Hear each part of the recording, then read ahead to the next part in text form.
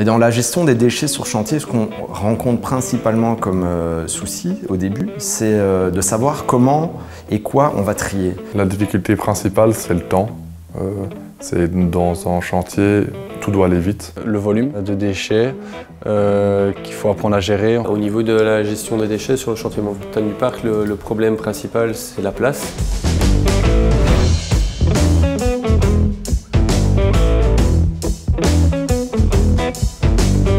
Les chantiers sont la principale source de déchets à Bruxelles. La région soutient le secteur de la construction pour améliorer son impact environnemental, pour diminuer son impact climatique. Il y a encore beaucoup de choses à faire et on a testé pas mal de choses. On a beaucoup de bonnes pratiques à partager à ce sujet. On est mis dans un système où le tout à la poubelle est la norme. Donc passer à autre chose, c'est pas évident, quoi. Et je vais essayer de travailler sur des petits détails, quoi. Des petites choses. Ah, ça, au lieu de le casser, on va essayer de le maintenir. Ça, au lieu de jeter au tout venant, on va le trier. Alors comme pratique, on a utilisé simplement un plan de gestion des déchets. Mais la pratique concrètement, ça a été de rédiger un document qui compilait une analyse des déchets qu'on allait potentiellement produire, ce qui nous a permis de savoir où on devait mettre de l'énergie pour chercher une filière qui allait nous permettre de trier ces déchets et de les recycler bien entendu ou bien de les upcycler. L'évolution de notre plan de gestion des déchets depuis ces quelques années nous a permis de passer d'une gestion des déchets qui était normale, bien que déjà sélective, à aujourd'hui une quinzaine de tris sélectifs qui peuvent être faits sur certains chantiers. Une autre pratique qu'on essaye un maximum d'appliquer, la mise en commun des déchets d'autres chantiers, donc c'est-à-dire qu'on essaye un maximum de regrouper en fait les déchets de même type, donc déjà pré-triés sur chaque chantier.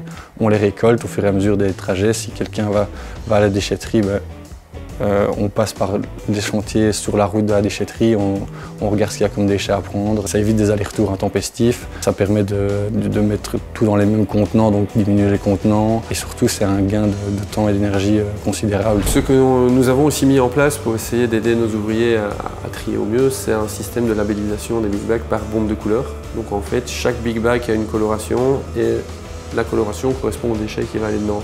Et ainsi, que ce soit dans les sous-sols ou dans les niveaux supérieurs, les ouvriers savent que tel big bag doit contenir tel type de déchets. On a mis en œuvre, comme pratique de gestion des déchets, l'utilisation en fait, de sacs de malterie. Donc c'est des sacs qui proviennent de brasseries qu'on réutilise. C'est des sacs qu'eux en fait considèrent comme déchets et jettent, que nous on réutilise afin de trier les déchets et de les évacuer. Mais surtout, ça nous aide vraiment à les trier. Le réemploi, c'est réutiliser des matériaux qu'on récupère sur le chantier ou sur d'autres chantiers. Après, c'est pas nécessairement le réutiliser dans la même fonction, mais c'est pouvoir le réinjecter dans le projet. Il y a une pratique qui n'est pas du tri des déchets qu'on a mis en place sur le chantier, c'est la réutilisation maximum des ressources. Nous avons décidé avec différents conducteurs de chantier que les bois de moins d'1 mètre n'étaient pas jetés directement au bac pour pouvoir les réutiliser ailleurs. Ce qui fait que on diminue systématiquement l'approvisionnement en bois, mais aussi les déchets de bois. J'ai des ouvriers avec qui je travaille depuis quelques années et maintenant, ils savent bien qu'avec moi, ils vont pas toujours tout jeter à la poubelle, quoi. C'est toujours, ils vont demander parfois ça, il faut jeter, il faut pas jeter, parce qu'ils savent que j'essaie de récupérer, de garder en état ou quoi. Le message passe doucement, quoi. Donc je pense que les acteurs qui travaillent autour de toi doivent être conscientisés. Au final, cette perte de temps du début est compensée en fait par le temps gagné à l'évacuation, à l'achat de nouveaux matériaux qu'on ne doit plus acheter parce qu'on peut réutiliser ce qu'on a correctement trié. Et alors ça ne représente pas spécialement plus du tout un coût supplémentaire, étant donné que la charge, on va dire, de déchets est moindre. C'est moins d'évacuation, donc c'est moins de trajets, c'est moins de tonnage à la déchetterie. Alors une meilleure valorisation des déchets, ça va être bénéfique sur tous les plans. Sur le plan économique, ça crée une plus-value localement. Sur le plan social, ça crée de l'emploi local aussi.